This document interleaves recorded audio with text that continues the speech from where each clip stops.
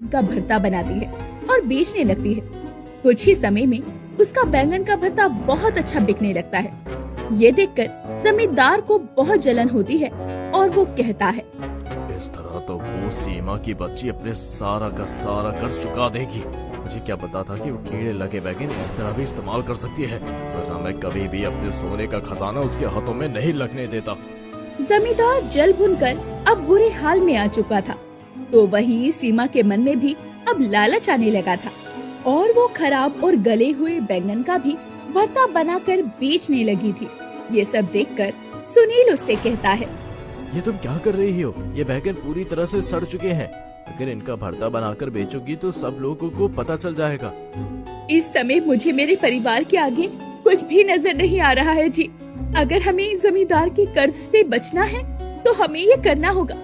वैसे भी मैंने हींग का छोक लगा दिया है और किसी को कोई बदबू नहीं आएगी, और तंदूरी रोटी पर भी मैं तेल लगाऊंगी ताकि किसी को भी कुछ पता न चले। ऐसे ही दिन गुजरते हैं। कुछ दिन बाद में सीमा जमींदार का सारा कर्जा उतार देती है। ये सब देखकर जमींदार कहता है, अभी तुम्हें मुझे 10,000 और देने होंगे। किस बात की जमींदार साहब? मैंने तो आपका सारा कर्जा उतार दिया है, फिर मुझे आपको और पैसे क्यों देने होंगे? और अब तो हमारी फसल भी अच्छी हो रही है, इसीलिए मैं खुद के खेतों पर बैंगन उगाकर अब से खुद ही भरता बनाकर बेचूंगी। अगर तुमने मुझे 10,000 महीने के और ना दिए तो मैं सबको बता दूंगा कि तुम कीड़े लगे बैगनों के भरते को लोगों को खिला रही हो। अगर आपने ऐसा करने की सोची भी तो आप याद रखना कि मुझे वो कीड़े लगे बैंगन आपने ही दिए थे जमींदार साहब। पूरे गांव में ये बात बताकर आपकी थू-थू करवा दूंगी। सीमा ये बोलती है और जमींदार ये बात सुनकर चुप हो जाता है, क्योंकि वो अपनी पत्नी के गांव में थू-थू नहीं करवाना चाहता था, क्योंकि आखिर ये योजना उसकी और उसकी पत्नी की जो थी। दिन गुजरते हैं और सुनील की तबीयत अब बिल्कुल ठीक हो चुकी थी। सीमा अपने खुद के खेतों में बैंगन उगाने शुरू कर चुकी थी।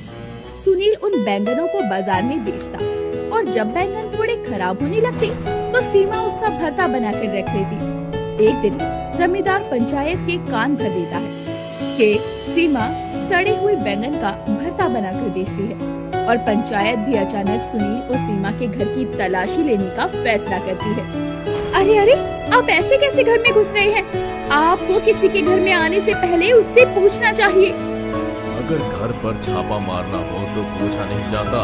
अगर तुम बैगन का भरता बेचकर इतनी तरक्की कर रही हो कि तुमने अपना घर भी पक्का करवा लिया है और अपनी लड़कियों को स्कूल भी भेज रही हो, मेरा सारा कर्ज भी चुका दिया, हम भी तो देखें कि ऐसा कौन सा बैगन का इस्तेमाल कर रही हो तुम। अब जमींदार और पंचायत के लोग सीमा के घर की तलाशी लेते हैं, लेकिन उन्हें वहाँ ताज़ा और अच्छे बैंगन मिलते हैं। ये देखकर गांव की एक औरत कहती है, अरे जमींदार जी, क्यों बेकार में गांव की बेचारी औरत को परेशान करने पर तुले हो आप लोग? कितने अच्छे और बढ़िया बैंगन सीमा बहन इस्तेमाल करती है अपने भरते में, और आप तो बेकार में ही उसे बदनाम कर रहे हैं। पर ये तो गांव की एक औरत को अपना पक्ष लेते देखकर सीमा भी नकली मगरमच्छ के आंसू बहाकर कहती है, अरे ये जमींदार तो शुरू से मुझसे चिढ़ता है। मैंने इसका कर्जा चुका दिया है, इसीलिए ये चाहता है कि मैं इसे और पैसे दूं। अरे हम गरीबों को ऐसे तंग करना ही तो इन अमीरों का पेशा है। अब सीमा की ये बात सुनकर सब जमींदार को घृणा की नजर से देखने लगते हैं। जमींदार भी कुछ नहीं बोल पाता और वो लोग वहाँ से चले जाते हैं। गाँव वालों के सामने जमींदार और पंचायत की खूब बदनामी होती है। अब उन लोगों के जाने के बाद सुनील कहता है, तो सच में खराब बैगनों का भरता बेचती थी ना, फिर सारे बक्सों में ताजे बैगन कहाँ से आ गए और सड़े हुए बैगन कहाँ गए? मुझे पता था कि ये लोग ऐसा करने जरूर आएंगे और जरूर यहाँ की तलाशी लेंगे, इसीलिए मैंने पहले ही सारे बैंगनों को छुपा के रख दिया था। देखो, अब हमारे बच्चे स्कूल भी जा रहे हैं, जमींदार का सारा कर्ज भी चुक गया है और हम दोनों कमा भी रहे हैं, और हमने हमारा घर भी पक्का करवा लिया है, खेत भी ठीक है, इसलिए अब तुम्हें लालच नहीं करना चाहिए। आप ठीक कहते हैं जी, ये तो मैं अपनी सूझबूझ का इस्तेमाल करके खराब बैंगन हटा चुकी थी, वरना गांव वालों में हमारी बदनामी हो जाती और हमें गांव से निकाल दिया जाता और मेरे बैंगन के भरते को बेचने का काम भी बंद हो जाता। मैंने जो भी गलतियां की वो हालातों की वजह से की है, लेकिन अब जब हालात सुधर चुके हैं तो मुझे भी अपनी गलतियों को सुधार लेना चाहिए। आज के बाद में मैं अच्छे बैंगन का इस्तेमाल करूंगी और खराब बैंगन का राज हमारे बीच ही रह जाएगा।